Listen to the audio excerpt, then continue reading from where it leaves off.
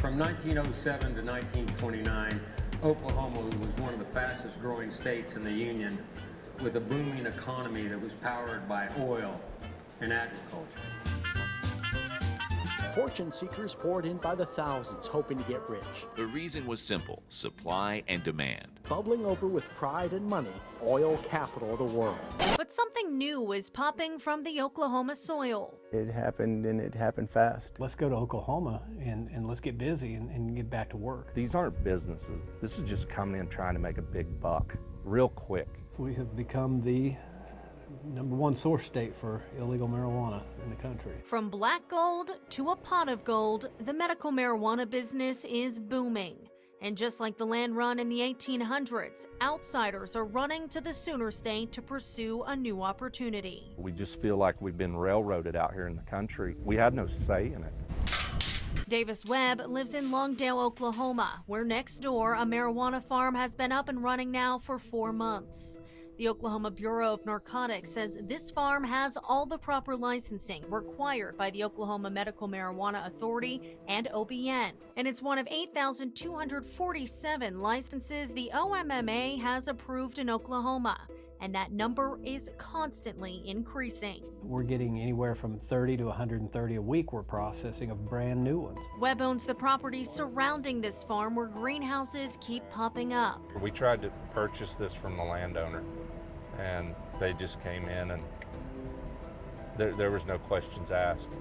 $93,000 is what they gave for this, which kills our property values. He says safety and security is a big concern. He headed for the bushes, didn't he? After catching workers on his properties on surveillance several times. We're worried about people coming into our driveway in the middle of the night. They just don't know the rules. They're coming in and doing what they want, when they want, how they want, and it's filth.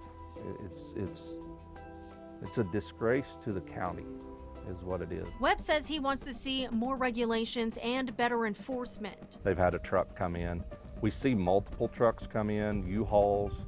We don't know what they're carrying. And questions what the state is gaining from Infinite Farms. But I think we've overstretched our amount of marijuana farms in the state. We've got to be producing way more than what we're consuming in the state. We talked to the workers at this farm to learn more about their operation.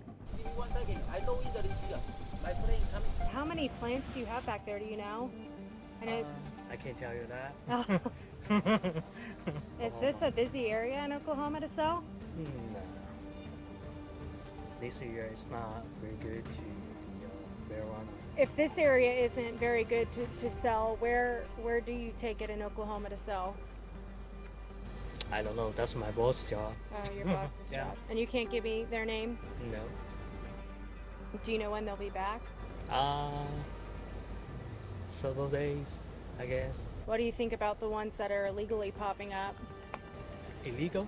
Illegal, the ones that are getting busted? Well, you know, I read the news a couple days ago. There was a new task force. It's against illegal marijuana right now. That's good news. Good news to me. Yeah.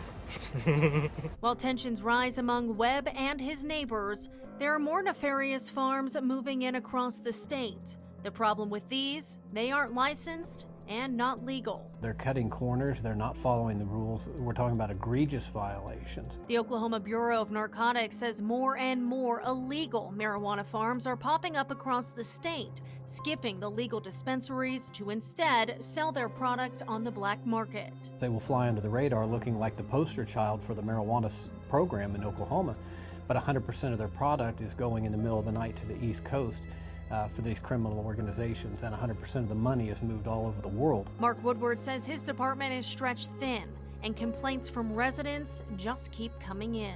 That's the bottom line. They're fed up and they're scared.